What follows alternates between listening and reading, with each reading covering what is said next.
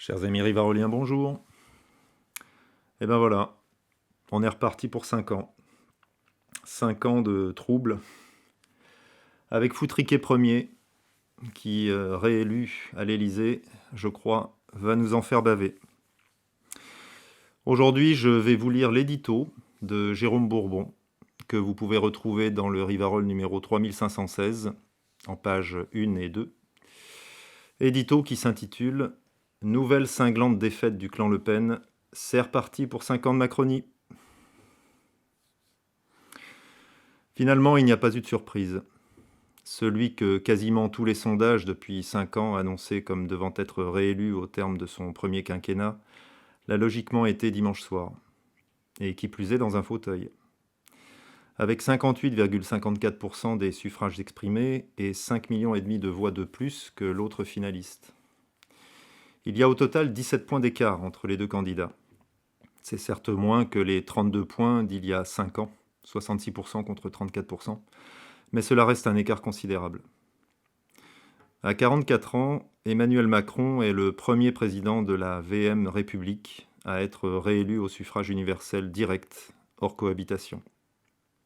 Car si François Mitterrand et Jacques Chirac avaient été réélus, le premier en 1988, le second en 2002, c'est parce qu'ils avaient bénéficié de la cohabitation avec un Premier ministre d'une majorité opposée. Chirac de 1986 à 88, Jospin de 1997 à 2002, et avait pu se refaire une santé, n'étant pas jugé comptable de la situation du pays par des électeurs indulgents et amnésiques, qui rejetaient exclusivement la faute sur le chef du gouvernement sortant, Chirac en 88, Jospin en 2002. Cette fois-ci, rien de tel. Macron a disposé d'une majorité absolue à l'Assemblée, tout au long de son premier mandat présidentiel, et il a été pendant 5 ans en première ligne, jouant même le rôle de super Premier ministre.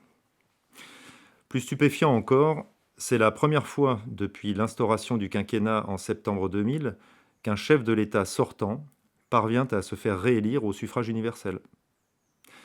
Macron réussit là où ses deux prédécesseurs avaient échoué.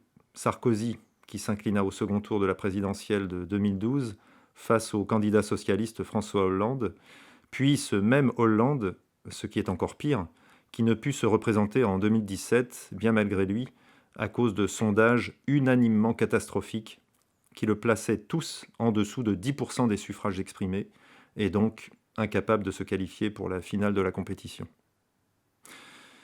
Le score obtenu par Macron est même plus élevé que ce qu'annonçaient les sondages de l'entre-deux tours, qui, selon les études et les instituts, situait son score entre 51 et 57% des voix. Le dernier sondage Odoxa le plaçait à 53%, et la plupart des autres sondeurs le situaient autour de 55%. Il a donc, dans les urnes, fait sensiblement plus que ce qui lui était attribué. Il a même obtenu un score légèrement supérieur à celui de Georges Pompidou, 58,21%, face à Alain Poher, 41,79%, lors du second tour de l'élection présidentielle le 15 juin 1969, une finale où l'abstention avait atteint le record inégalé jusque-là de 31,15% contre 28,01% ce 24 avril. Le candidat communiste Jacques Duclos, éliminé de justesse au premier tour, avec un score voisin de celui de Mélenchon, 21,27% contre 21,95% pour le chef de la France insoumise, ayant alors appelé ses électeurs à ne pas choisir entre bonnet blanc et blanc bonnet, une consigne massivement suivie par l'électorat communiste. On notera que depuis quelques scrutins, la majorité des électeurs votent pour les sortants et ne pratiquent plus le fameux dégagisme. Au municipal de 2020, la plupart des maires ont ainsi été réélus. En 2021, il en alla de même pour les exécutifs départementaux et régionaux. Et en 2022, le président sortant est lui aussi largement réélu, même si le score est un peu moins massif qu'il n'y paraît, si on tient compte de la forte abstention, 28,01%, le deuxième chiffre le plus élevé pour un second tour de présidentielle après 69, et des 3 millions de bulletins blancs et nuls. Macron a réuni 58,54% des suffrages exprimés mais seulement 38,52% des inscrits. Reste que cette présidence de crises diverses, gilets jaunes, Covid, guerre en Ukraine, aura paradoxalement servi l'Élysée. À l'instar des présidents hongrois et tchèques qui ont été récemment réélus brillamment, Macron a donc manifestement bénéficié à son tour de cette succession de crises, l'électeur ayant tendance à se regrouper autour de l'exécutif en cas de danger ou de perception du danger. C'est la première fois de cette réélection. Par ailleurs, le score au final très confortable de Macron prouve que la stratégie du Front républicain reste toujours aussi efficace dans les urnes. Cela rappelle le scénario qui avait eu lieu en juin dernier lors des régionales en Provence-Alpes-Côte d'Azur. Le président sortant de la région PACA, Renaud Muselier, était annoncé au second tour au coude à coude avec le candidat du Rassemblement national, l'ex-LR Thierry Mariani, ci-devant ministricule de Nicolas Sarkozy chargé des transports.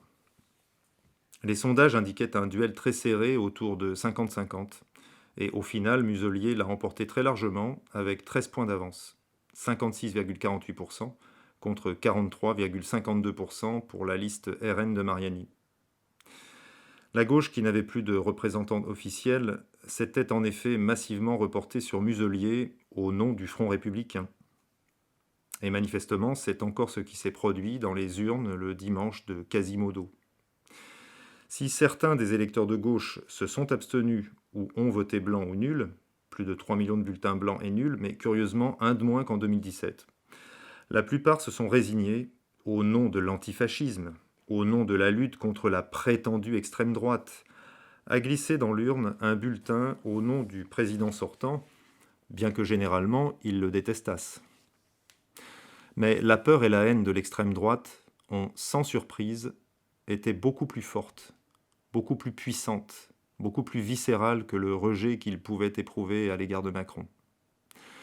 C'est là une nouvelle fois un enseignement majeur du scrutin, qui est lourd de conséquences, car il interdit mathématiquement toute victoire électorale majeure dans le cadre d'un scrutin majoritaire à 2 tours, à un candidat qualifié par les médias d'extrême droite.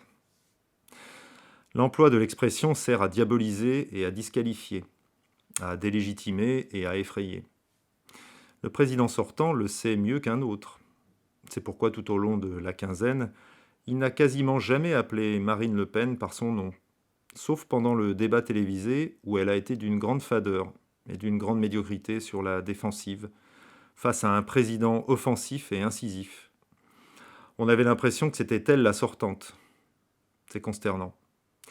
Mais il parlait sans cesse de la candidate d'extrême droite, ou, de manière encore plus abstraite, de l'extrême droite, tout simplement.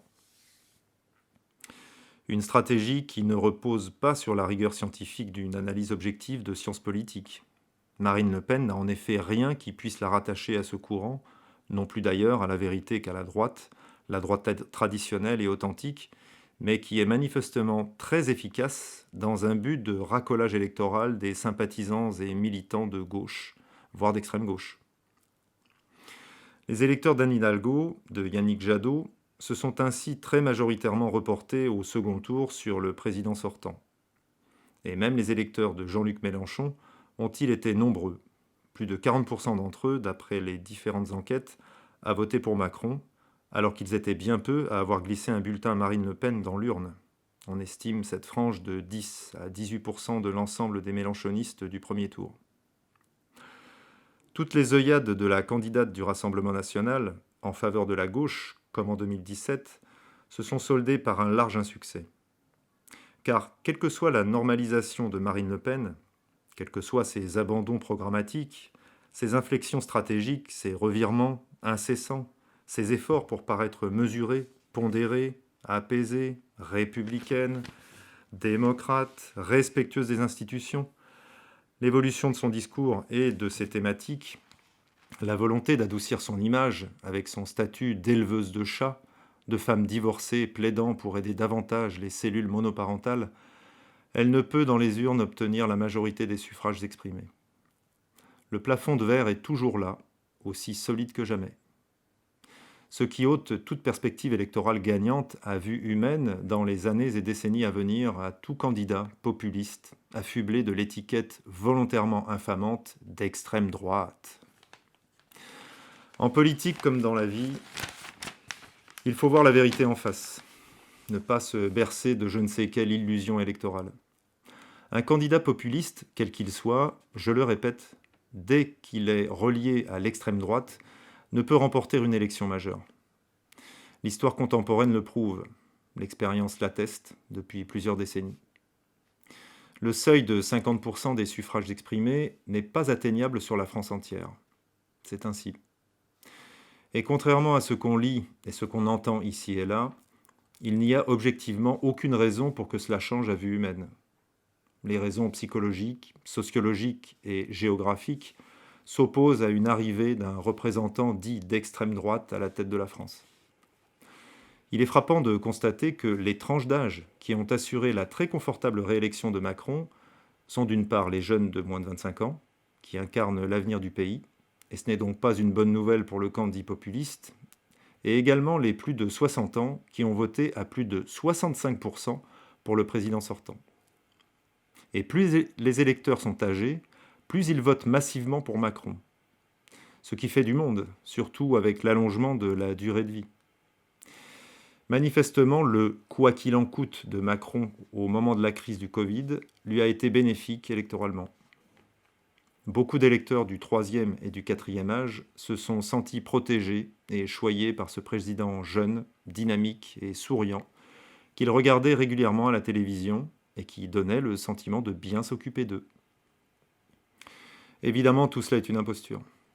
Il n'est que de se souvenir des milliers de morts dans des conditions indignes dans les EHPAD et les hôpitaux, des pensionnaires privés du droit de visite de leur famille, des euthanasies déguisées à base de Rivotril. Mais qu'importe en politique, n'existe que ce qui apparaît. Et manifestement, la grande majorité des seniors a été satisfaite de la façon dont la crise a été gérée, ainsi que celle des Gilets jaunes, et a donné son quitus au président quadragénaire. Sauf remarquable exception, la personne âgée a tendance à voir le court terme, et non le long terme, à craindre toute forme d'aventurisme, de saut dans l'inconnu, de radicalité. Et il n'est donc pas étonnant que les mouvements populistes rencontrent en général un écho limité dans cette tranche de la population. Un peuple vieillissant, et ce n'est nullement là un jugement de valeur, a tendance à être conservateur, dans le mauvais sens du terme, à juger très négativement toute forme de changement ou d'évolution, et à privilégier l'immédiateté sur le long terme.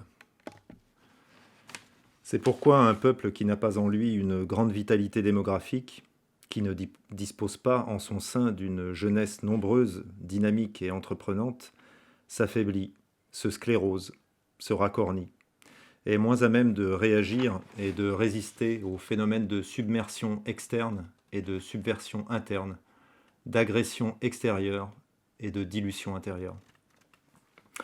Macron a également réussi à réunir sur son nom la bourgeoisie de droite et de gauche. On ne dira jamais assez, la conscience de classe joue un rôle déterminant dans un scrutin.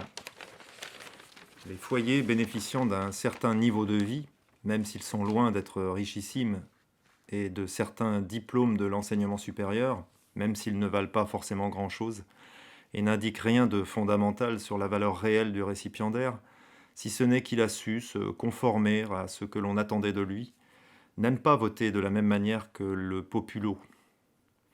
Le mépris de classe, la lutte des classes, l'égoïsme de classe, cela existe bel et bien, et ce n'est pas être marxiste que de le constater.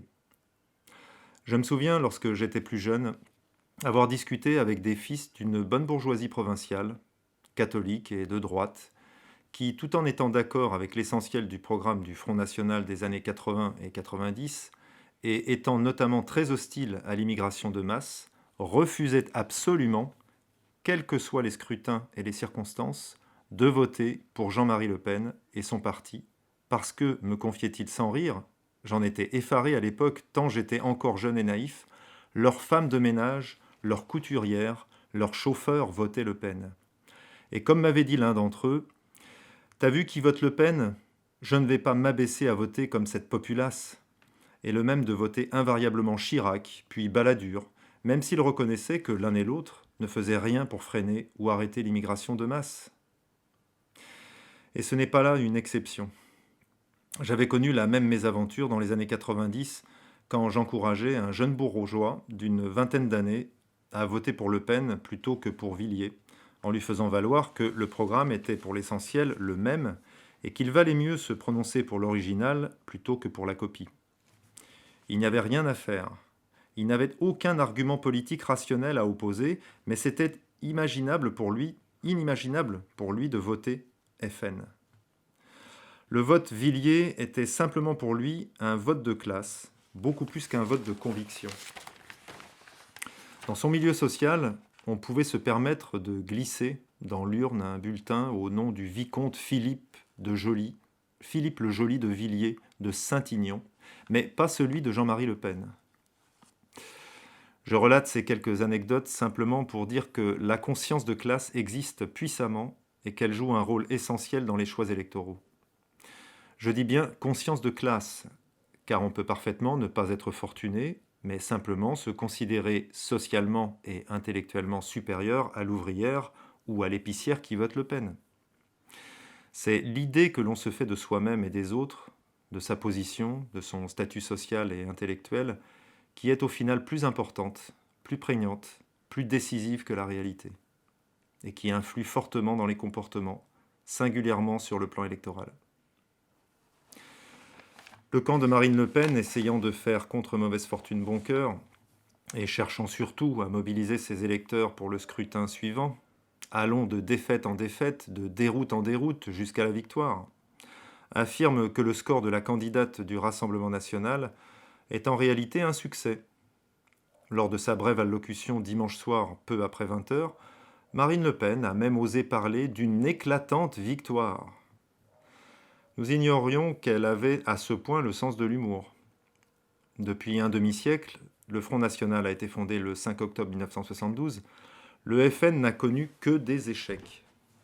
En dehors de quelques élus lors d'élections pour l'essentiel à la proportionnelle, il n'a jamais conquis aucun exécutif sur le plan départemental, régional ou national. Comment peut-on offrir pendant 50 ans que des échecs à ses troupes, avec son lot inévitable de déception, d'amertume, de tristesse, de rancœur, de démobilisation, de découragement, et ne jamais se remettre en question, ne jamais s'interroger pour savoir si la voie qui a été choisie est la bonne? Mais cela importe peu à Marine Le Pen, dont le but est de maintenir, et si possible, de faire fructifier le magot électoral et financier que son père lui a confié, et de continuer ainsi jusqu'à l'âge où elle pourra bénéficier d'une retraite à taux plein. C'est pourquoi, contrairement à ce qu'elle avait laissé entendre pendant la campagne, tout laisse à penser qu'elle se représentera dans 5 ans, en 2027, puis dans 10 ans, en 2032. C'est vrai, après tout, elle n'a que 53 ans. Comme son père l'a dit, j'ai 94 ans et je continue toujours. Marine Le Pen ne va pas s'arrêter à 53 ans. Vous n'avez pas compris. C'est l'amour de la France qui guide cette famille désintéressée. C'est cela qui la motive et la fait vibrer. D'ailleurs, tiens, il ne faut pas se décourager, il faut continuer le combat électoral. Après l'échec de la présidentielle et celui inévitable des législatives dans 2 ans, il y a les européennes en mai 2024. Et c'est l'occasion, comme en 2014 et en 2019, d'arriver en tête de toutes les listes. Même si cela ne sert à rien et que les eurodéputés n'ont aucun pouvoir, mais qu'importe. En avant la victoire, maître chez nous. Et puis attention, en mars 2026, il y a les élections municipales. C'est important, l'implantation locale. C'est le premier étage de la fusée RN qui propulsera vers un nouvel échec présidentiel retentissant en 2027 et en 2032. Et en 2028, ce sont les régionales et les départementales. Le deuxième étage de la fusée RN avant la grande bataille présidentielle de 2032. Voilà un demi-siècle qu'on nous fait le coup, et le pire, c'est que ça marche à chaque fois. Cette nouvelle défaite de Marine Le Pen est pourtant sans appel, plus lourde même que ce qu'annonçaient les différents instituts de sondage.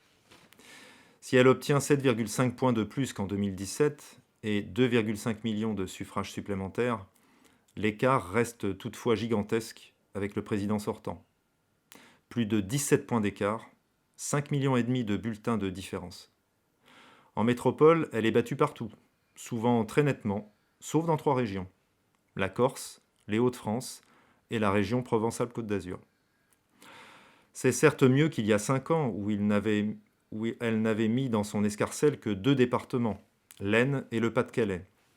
Elle est arrivée en tête ce dimanche soir dans 23 départements métropolitains sur 95. Mais elle reste loin du compte. Dans les 30 plus grandes villes de France, la candidate du Rassemblement national est largement dominée par Macron, qui obtient souvent des scores de maréchal. 85% à Paris, l'Île-de-France votant à plus de 73% pour le président sortant, 80% à Lyon et à Bordeaux, 77,5% à Toulouse et à Strasbourg, 84% à Rennes, 81% à Nantes, 78,5% à Grenoble, 76,5% à Lille et même 60% à Marseille et plus de 55% à Nice. La France est manifestement coupée en deux. Entre les classes populaires d'une part, les ouvriers et les chômeurs ont voté pour plus des 2/3 d'entre eux pour Marine Le Pen, et les classes moyennes et supérieures d'autre part. Entre les actifs et les seniors, entre les villes et les campagnes, entre les grandes et moyennes métropoles et la ruralité. Ce sont en effet dans les zones rurales et généralement pauvres que Marine Le Pen obtient ses meilleurs scores, pour l'essentiel à l'est d'une ligne: Le Havre, Valence, Perpignan. Les villes et la façade atlantique résistent toujours massivement à Marine Le Pen. Ce sont les métropoles et les banlieues d'une part, et l'ouest de la France d'autre part, qui assurent sa défaite. En revanche, elle obtient des scores canons dans ce qu'il est convenu d'appeler la France périphérique, celle des Gilets jaunes qui étaient sur les ronds-points fin 2018 et début 2019, dans des terres contestataires comme la Corse, au sud, avec plus de 58% des suffrages, l'ancien bassin minier au nord, et de manière a priori plus étonnante, dans beaucoup de territoires ultramarins, où elle réalise des performances aussi inattendues qu'impressionnantes. Près de 70% en Guadeloupe, plus de 60% en Guyane et en Martinique, près de 60% à Mayotte et à La Réunion. Elle semble là avoir fait quasiment le plein de l'électorat qui s'était porté sur Mélenchon au premier tour. L'électorat mélenchoniste s'est donc comporté très différemment entre l'outre-mer et la France métropolitaine, ce qui laisserait à penser que les Français de couleur sont paradoxalement moins sensibles désormais aux accusations de racisme et de fascisme qui sont portées contre Marine Le Pen que les Français leucodermes. Un comble quand on se souvient des scores microscopiques que faisait dans les Antilles, dans les années 80 à 2000, Jean-Marie Le Pen, lequel ayant même connu des déboires, ne pouvant faire atterrir son avion en Martinique à cause de manifestants locaux remontés contre lui et son racisme, et l'attendant avec des hachettes. Même le paisible et modeste archipel de Saint-Pierre-et-Miquelon a étonnamment apporté la majorité de ses suffrages exprimés à la Benjamine de Jean-Marie Le Pen. Preuve que ces populations du bout du monde sont finalement plus contestataires, moins loyalistes à l'égard du pouvoir sortant que la population française de l'Hexagone. Dans le cas de Mayotte, Marine Le Pen a certainement bénéficié des inquiétudes de la population locale face à une immigration massive et incontrôlée qui ne cesse de déferler. Le fort mouvement de contestation aux Antilles contre les mesures drastiques de confinement et contre la mise à pied des soignants refusant de se faire vacciner lui a également été favorable, même si le moins que l'on puisse dire, c'est qu'elle n'a pas été spécialement en pointe contre la tyrannie sanitaire depuis 2 ans. Il est enfin possible que ses propositions en faveur du pouvoir d'achat, sa volonté de maintenir la retraite à 62 ans, voire dans certains cas de la ramener à 60 ans, de soutenir davantage les cellules monoparentales, de mettre en œuvre beaucoup plus d'aides sociales, ont été jugées sympathiques dans des territoires vivant beaucoup du tourisme, mais aussi et surtout de l'assistanat. En revanche, les Français de l'étranger, généralement libéraux et mondialisés, ont voté massivement et sans surprise pour Macron, à plus de 86%. Reste maintenant la question des législatives.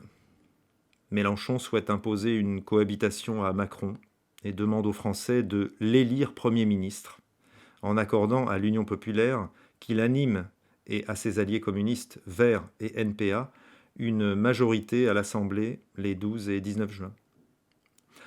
Marine Le Pen, pareillement, souhaite obtenir une majorité au Palais Bourbon, mais contrairement à Mélenchon, qui est favorable à des alliances avec les autres partis de gauche et même d'extrême gauche, puisqu'il inclut dans sa proposition d'accord législatif le nouveau parti anticapitaliste de Poutou, elle est hostile à toute forme d'alliance avec le parti Reconquête de Zemmour, de sorte que dans la plupart des circonscriptions, la droite nationale et populiste, ou plutôt ce qui en tient lieu, sera scindée entre 3 candidatures.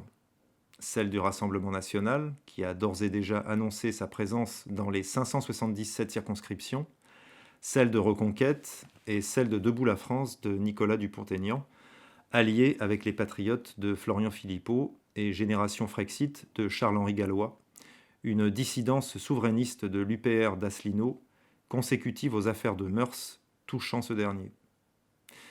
C'est dire à quel point l'autoproclamé camp national est bien parti. En réalité, disons-le franchement, de même que nous avions annoncé depuis plusieurs mois la victoire de Macron, encore plus certaine après le déclenchement de la guerre en Ukraine, il ne fait pour nous aucun doute que le président bénéficiera d'une majorité à l'Assemblée en juin prochain. Non seulement parce que tous les présidents élus ou réélus ont toujours obtenu une majorité, le plus souvent absolue, et une seule fois relative, en juin 1988, lorsque les législatives ont suivi de quelques semaines, comme c'est le cas encore cette fois-ci, l'élection présidentielle. Mais aussi parce que le scrutin majoritaire à 2 tours, qui fonctionne comme un laminoir, favorise davantage encore la majorité présidentielle, qui compte beaucoup de sortants et qui bénéficie par rapport à ses concurrents d'une certaine dynamique. Macron ayant de surcroît l'habileté manœuvrière de proposer des alliances avec des députés sortants LR, socialistes, voire écologistes, en s'engageant, s'ils le soutiennent clairement à l'Assemblée, à ne pas présenter contre eux de candidats de la République en marche aux législatives, on voit mal comment la Macronie et ses alliés ne disposeraient pas, par l'effet mécanique du scrutin à 2 tours, d'une large majorité, et peut-être même d'une majorité introuvable. Car les 2 seules oppositions parlementaires à Macron, du fait de l'effondrement du PS et du LR, et de la migration de beaucoup de leurs députés sortants vers la Macronie, sont d'une part la France insoumise de Mélenchon, et d'autre part le Rassemblement national de Marine Le Pen. Les Insoumis comptent actuellement 17 députés sortants, le RN 7, 8 si l'on compte Emmanuel Ménard, mais vu comme le maire de Béziers lorgne de plus en plus vers Macron et étrille régulièrement Marine Le Pen et Éric Zemmour, il nous paraît prudent de ne pas intégrer sa moitié dans le contingent RN et apparenté.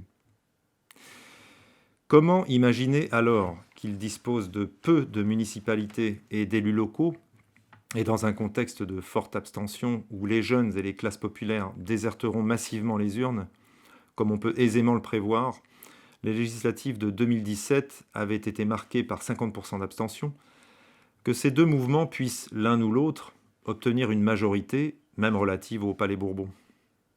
C'est tout simplement impensable. S'ils gagnent l'un et l'autre une dizaine de députés, ce serait déjà une performance non négligeable dans le contexte actuel.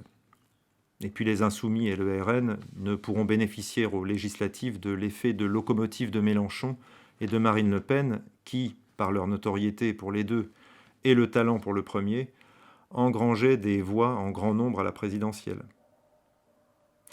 Il n'est même pas certain du tout que le Rassemblement national obtienne un groupe à l'Assemblée.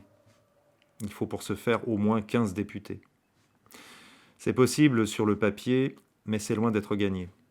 D'autant qu'avec la forte abstention qui se profile, il n'y aura quasiment pas de triangulaire. Il faut avoir réuni au moins 12,5% des inscrits pour se maintenir au second tour, ou alors arriver dans les 2 premiers, le 19 juin prochain. Et l'on sait par expérience qu'il est beaucoup plus difficile pour le RN de gagner en duel qu'en triangulaire. Enfin, la division avec Reconquête, les accusations portées de part et d'autre, les noms d'oiseaux échangés, risque de décourager une partie de l'électorat dit national, déjà déçu, voire sonné, par le score de Marine Le Pen le 24 avril au soir. Le RN sera en effet inflexible, comme nous l'avions prévu, et ne fera aucun cadeau aux Zemmouriens. L'ancien polémiste de CNews devait en avoir conscience. Sinon, il se serait probablement gardé de déclarer dans son allocution au soir du second tour que c'est la 8e fois que la défaite frappe le nom de Le Pen, de la présidentielle de 1974 à celle de 2022, inclusivement, sauf celle de 81 où Jean-Marie Le Pen n'avait pu se présenter faute d'obtenir les 500 précieux paraphes. Et le chef de Reconquête d'ajouter, ce qui apparaissait comme un lourd reproche envers le clan Le Pen, « Sommes-nous condamnés à perdre ? Y a-t-il une fatalité pour que les défenseurs des idées nationales perdent toutes les élections ?» Une remarque en soi pertinente, mais qui est quelque peu gênante quand on a soi-même obtenu que 7% au premier tour, après avoir assuré pendant toute la campagne qu'on serait au second tour et que, contrairement à Marine Le Pen, on s'engageait dans cette élection pour gagner. S'il a demandé ainsi que Marion Maréchal à Marine Le Pen une alliance pour les législatives, il sait très bien que le refus sera net et définitif. C'est une façon de faire porter au RN le mistigris de la division. Mais cette stratégie sera-t-elle suffisante pour redonner des couleurs au jeune parti de Zemmour ? Il est permis d'en douter. Son échec retentissant, et qu'il n'avait nullement anticipé au premier tour, est naturellement de nature à démobiliser, à décourager une grande partie de son électorat, qui sait de surcroît qu'il n'a pas la moindre chance de faire élire des parlementaires dans le cadre d'un scrutin majoritaire à 2 tours. D'autant que le nom et le sigle de son parti sont peu connus du grand public. La quasi-totalité des candidats qu'il va présenter sont également de parfaits inconnus, ne disposant pas d'implantation locale.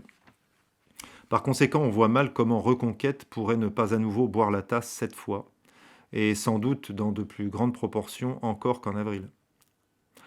Mais le RN lui-même, dont la situation est évidemment moins critique, aura également du mal, non seulement, on l'a dit, à faire élire un grand nombre de députés, mais également à obtenir un score aussi élevé que les 23,15% récoltés par Marine Le Pen le dimanche des Rameaux.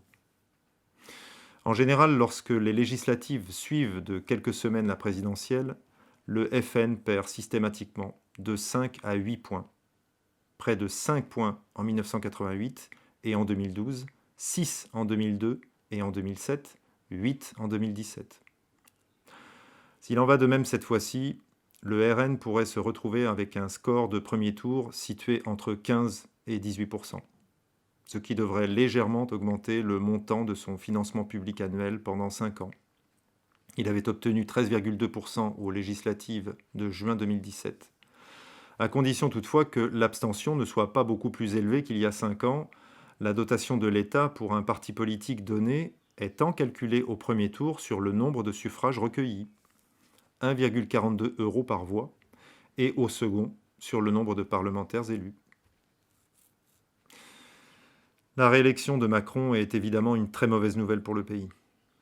Pendant 5 ans, il va poursuivre son œuvre de destruction, légalisera la GPA, l'euthanasie, le suicide assisté, s'en prendra aux écoles hors contrat, après avoir interdit de facto, d'ici 2024, l'école à la maison, favorisera l'immigration de masse et les transitions de genre à l'école, limitera encore davantage la liberté de l'esprit, persécutera fortement les contestataires, dont nous sommes.